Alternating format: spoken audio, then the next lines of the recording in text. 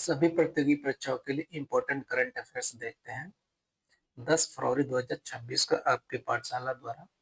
इसका पहला प्रश्न है, हाल ही में केंद्र सरकार ने प्रधानमंत्री मत्स्य संपदा योजना के तहत किस नई उप योजना को मंजूरी दी है? ये पूछ रहा है किस नई उप योजना को मंजूरी दी है, किसके तहत? प्रधानमंत्री मत्स्य संपदा योजना के तहत। उप क्या है? उप योजना पूछ रहा है। ठीक है। ए मत्स्य सुरक्षा योजना, बी पीएम मत्स्य किसान समृद्धि उप योजना, सी नीली क्रांति 2.0 या डी सागर मित्र पहल। तो इस उप योजना का नाम है ये पीएम मत्स्य किसान समृद्धि उप योजना। केंद्र सरकार ने प्रधानमंत्री मत्स्य संपदा योजना यानी कि पीएमएमएसवाई के तहत पीएम मत्स्य किसान समृद्धि उप योजना को मंजूरी दी है। इसका उद्देश्य सूक्ष्म और लघु उद्यमों के लिए मत्स्य पालन क्षेत्र का डिजिटल बनाना और औपचारिक रूप देना है। क्या है? औपचारिक रूप देना है। अगला प्रश्न देखते हैं, 9 फरवरी 2026 को सुरक्षित इंटरनेट दिवस मनाया गया। इस 9 फरवरी 2026 को सुरक्षित इंटरनेट दिवस मनाया गया। वर्ष 2026 की थीम क्या है? ये पूछ रहा है। ए बेहतर इंटरनेट के लिए एक साथ, बी डिजिटल दुनिया में सुरक्षा, सी इंटरनेट कल और आज, या D together for a better internet. तो इसका थीम है a together for a better internet. यह दिवस हर साल फरवरी के दूसरे सप्ताह के दूसरे दिन मनाया जाता है। इसका उद्देश्य विशेष रूप से बच्चों और युवाओं के लिए सुरक्षित डिजिटल तकनीक को बढ़ावा देना। थीम है together for a better internet. अगला प्रश्न देखते हैं, हाल ही में इसरो ने किस रॉकेट से ओशन सेट 4 उपग्रह को सफलतापूर्वक लॉन्च करने की घोषणा की है? A PSLV C-58, B GSLV F-14, C SSLV D3 या डी LVM-3M5। तो इस रॉकेट का नाम है जीएसएलवी F-14। इसका नाम है। इसरो ने जीएसएलवी F-14 रॉकेट से ओशन सेट 4 उपग्रह को सफलतापूर्वक लॉन्च करने की घोषणा की है। ओशन सेट 4 समुद्र के स्तर, हवा की गति और वैश्विक महासागर की निगरानी करने में मदद करेगा, जो चक्रवात की भविष्यवाणी के लिए अत्यंत महत्वपूर्ण है। अगला प्रश्न देखते हैं, विश्व बैंक की हालिया रिपोर्ट के अनुसार 2026 में भारत की अनुमानित जीडीपी विकास दर क्या रहने वाली? ए 6.0%, बी 6.4%, सी 7.2% या डी 8.1%। कितना रहने वाली है? ये रहने वाली है 7.2% विकास दर रहने वाली है। जीडीपी विकास दर है 7.2%। विश्व बैंक की हालिया रिपोर्ट के अनुसार 2026 में भारत की अनुमानित जीडीपी विकास दर क्या 7.2% रहने वाली है। घरेलू खपत में वृद्धि और बुनियादी ढांचे पर सरकारी खर्च के कारण विश्व बैंक ने भारत की विकास दर के अनुमान को बढ़ाया है।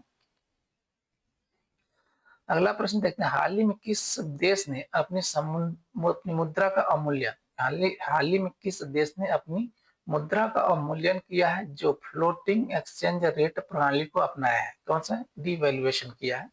ए अर्जेंटीना ने, बी मिस्र ने, सी तुर्की ने या डी पाकिस्तान ने।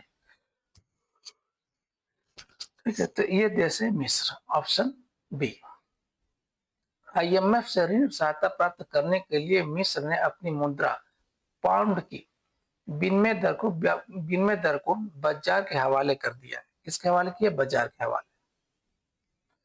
तो वनतारा नामक दुनिया का सबसे बड़ा वन्य जीव पुनर्वास केंद्र भारत के किस राज्य में स्थित है, जिसने हाल ही में 500 प्लस हाथियों को रेस्क्यू किया? ए मध्य प्रदेश में, बी असम में, सी गुजरात में या डी कर्नाटक में। तो ये क्या है?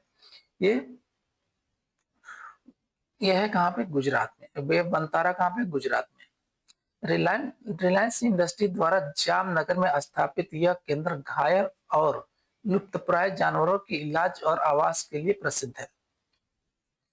अगला प्रश्न देखते हैं, हाल ही में चर्चा में रही अमृत भारत स्टेशन योजना कौन सी योजना है? ये अमृत भारत स्टेशन योजना के तहत किस राज्य के कटिहार रेलवे स्टेशन को विश्व स्तरीय बनाया जा रहा है? ए पश्चिम बंगाल, बी बिहार, सी झारखंड या डी उत्तर प्रदेश। तो कौन सी? ये बिहार है। कटिहार कहाँ पे, किस राज्य में? बिहार में।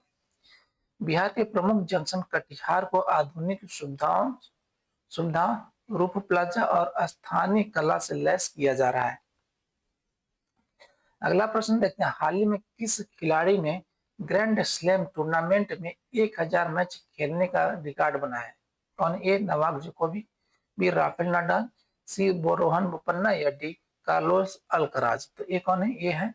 ये नोवाक जोकोविक। सर्बियाई स्टार नोवाक जोकोविक ने मेलबर्न और पेरिस के अपने शानदार करियर के दौरान यह मील का पत्थर हासिल किया, ये उपलब्धि हासिल किया। अगला प्रश्न देखते हैं, हाल ही में उत्तर प्रदेश के किस शहर में आईटी सिटी विकसित करने के लिए दक्षिण कोरियाई कंपनी के साथ समझौता हुआ? ए नोएडा में, बी वाराणसी में, सी लखनऊ में या डी कानपुर में। कहाँ पे ये स्थापित किया जाएगा? लखनऊ में। ठीक है, एआईसीटी।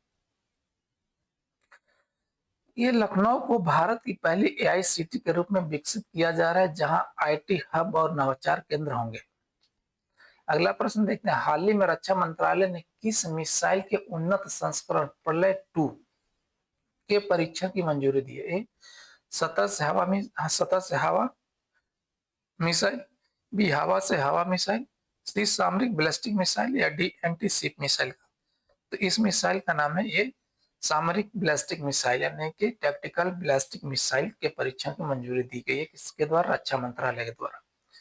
प्रलय मिसाइल 150 से लेकर के 500 किलोमीटर की रेंज वाली सतह से सतह पर मार करने वाली मिसाइल है, जो भारत चीन सीमा पर तैनात की जाएगी। कहाँ पे? भारत और चीन सीमा पर तैनात की जाएगी।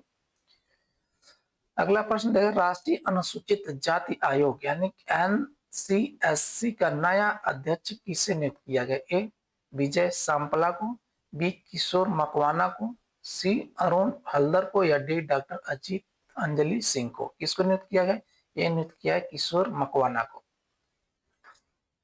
राष्ट्रपति ने हाल ही में किशोर मकवाना को आयोग का नया अध्यक्ष नियुक्त किया गया है। अगला प्रश्न देखते हैं, हाल ही में किस देश ने इलेक्ट्रिक एयर टैक्सी के लिए भारत के साथ समझौता किया, जिसे 2026 के अंत तक लॉन्च किया जाएगा? A America, B Germany, C France या डी यूएई। तो कौन है? ए अमेरिका के साथ। अमेरिकी कंपनी आर्चर एविएशन और भारत की इंटर ग्लोबल मिलकर दिल्ली गुरुग्राम के बीच एयर टैक्सी सेवा शुरू करेंगे।